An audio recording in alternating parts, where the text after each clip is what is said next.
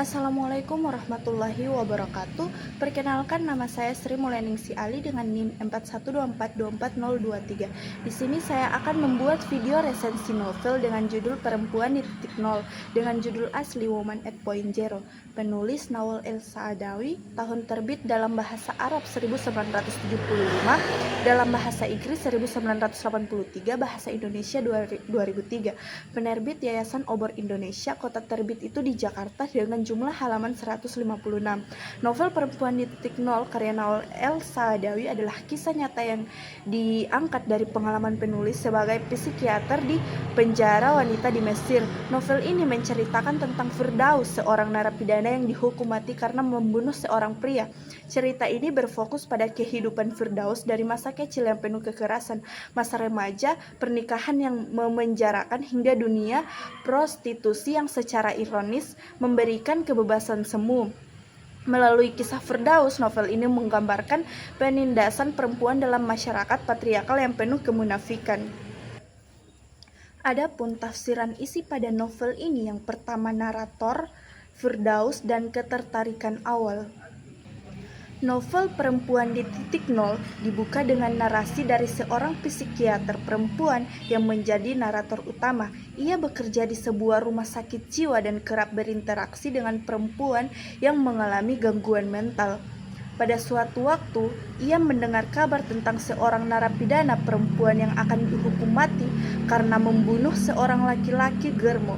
Narapidana itu bernama Firdaus, dan yang paling mencengangkan bagi narator adalah bahwa Firdaus menolak untuk menerima pengampunan, meskipun banyak orang menganggap nyawa adalah hal paling berharga. Ketertarikan narator terhadap Firdaus tidak hanya berasal dari rasa penasaran profesional, tetapi juga dari kekaguman terhadap ketenangan dan keberanian Firdaus dalam menghadapi kematian. Narator merasa bahwa ada sesuatu yang sangat kuat, sangat manusiawi, dan sangat menyedihkan dalam sikap Firdaus yang tidak seperti tahanan lainnya. Saat akhirnya narator mendapat kesempatan untuk berbicara langsung dengan Firdaus, ia mengungkapkan bahwa Firdaus bukan sekedar narapidana pembunuh. Ia adalah seorang perempuan yang mencoba menjadi baik, jujur, dan kuat, tetapi sistem patriarki dan kekuasaan telah memaksanya jatuh ke titik terendah, titik nol, dan dari sanalah ia membangun keberaniannya. Bagian ini memberikan kerangka naratif yang penting. Kita tidak hanya disuguhkan cerita kehidupan Firdaus, tetapi juga refleksi narator atas bagaimana dunia memperlakukan perempuan. Ini membuka ruang tafsir bahwa kisah Firdaus adalah kisah banyak perempuan yang hidup dalam kungkungan budaya patriarki dan sistem yang tidak adil.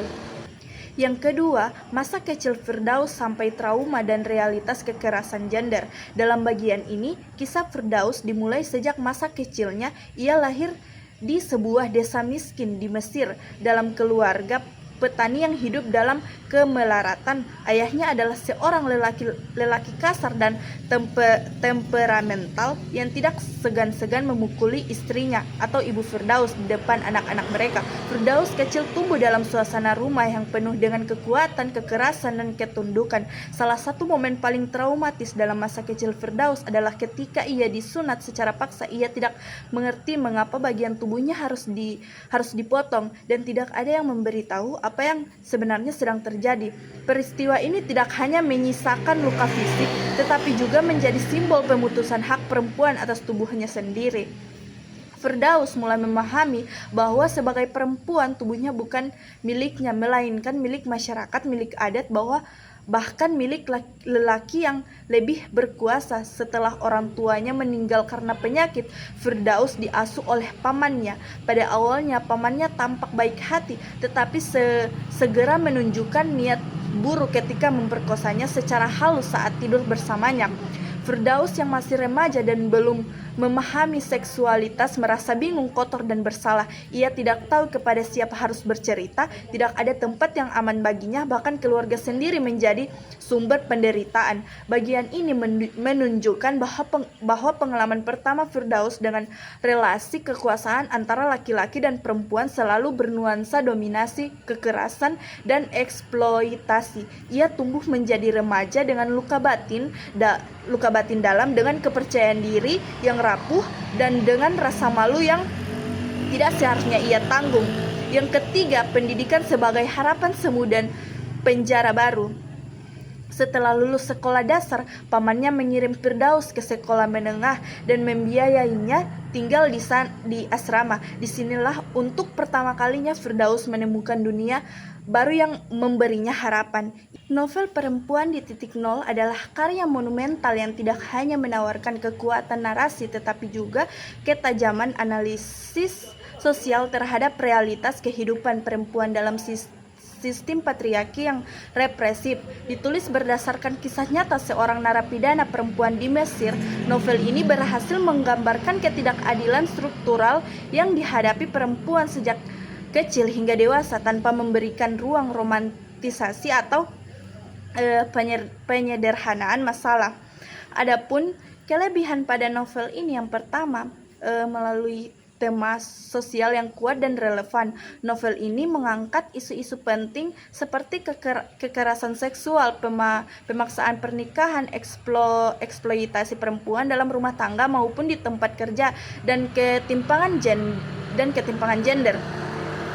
Tema-tema ini tidak hanya relevan pada konteks Mesir, tetapi juga menjadi cermin bagi banyak negara berkembang termasuk Indonesia. Yang kedua, tokoh utama yang kompleks dan mendalam. Tokoh Firdaus adalah contoh nyata bagaimana seorang bisa bertahan dalam dunia yang terus-menerus menyakitinya. Transformasi Firdaus dari anak kecil yang polos menjadi perempuan yang penuh luka, lalu menjadi sosok tegar yang memiliki kematian dengan kepala tegak, adalah perjalanan psikologis yang sangat kuat dan menyentuh. Yang ketiga, ada gaya bahasa yang lugas dan emosional. Nawal El-Saadawi menggunakan gaya bahasa yang tidak berbelit-belit namun tetap menyentuh sisi emosional pembaca. Bahasa yang digunakan padat, tegas, dan penuh muatan ideologis. Tidak ada upaya untuk mempermanis kisah. Sebaliknya, kesengsaraan tokoh diceritakan dengan jujur dan frontal. Yang keempat, ada struktur naratif yang menarik dengan menggunakan teknik penceritaan sudut pandang ganda antara narator, seorang psikiater, dan tokoh utama atau Firdaus membaca di bawah pada dua lapisan refleksi, yaitu refleksi dari narator yang mengagumi keberanian Firdaus, dan refleksi dari Firdaus yang telah mencapai titik kesadaran eksistensial dalam hidupnya. Yang kelima, kritik sosial yang tajam. Novel ini berhasil menguliti banyak lapisan institusi, keluarga, pendidikan, agama, hukum, dan negara. Semuanya digambarkan sebagai bagian dari sistem yang melanggengkan penindasan terhadap perempuan. Kritik ini tidak ditulis secara kasar, melainkan melalui kisah hidup yang menyayat. Yang keenam, membuka wawasan pembaca tentang realitas perempuan. Novel ini bisa menjadi jembatan pemahaman bagi pembaca yang belum mengetahui atau belum menyadari betapa dalamnya sistem penindasan terhadap perempuan. Ini adalah karya literasi sekaligus advokasi.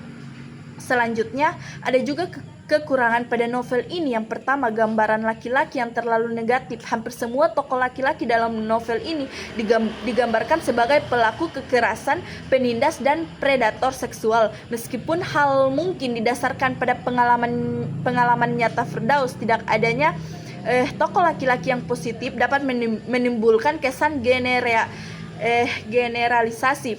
Pembaca bisa menganggap bahwa penulis memusuhi laki-laki secara keseluruhan, padahal yang ingin dikritik adalah sistemnya.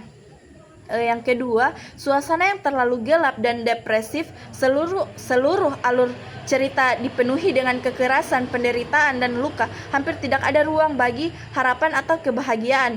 Bagi sebagian pembaca, hal ini bisa terasa terlalu kelam dan membuat emosi tertekan. Namun justru dari kekalaman itu, novel ini menjadi kuat dan mengunggah. Yang ketiga, minim nuansa budaya lokal. Walaupun berlatar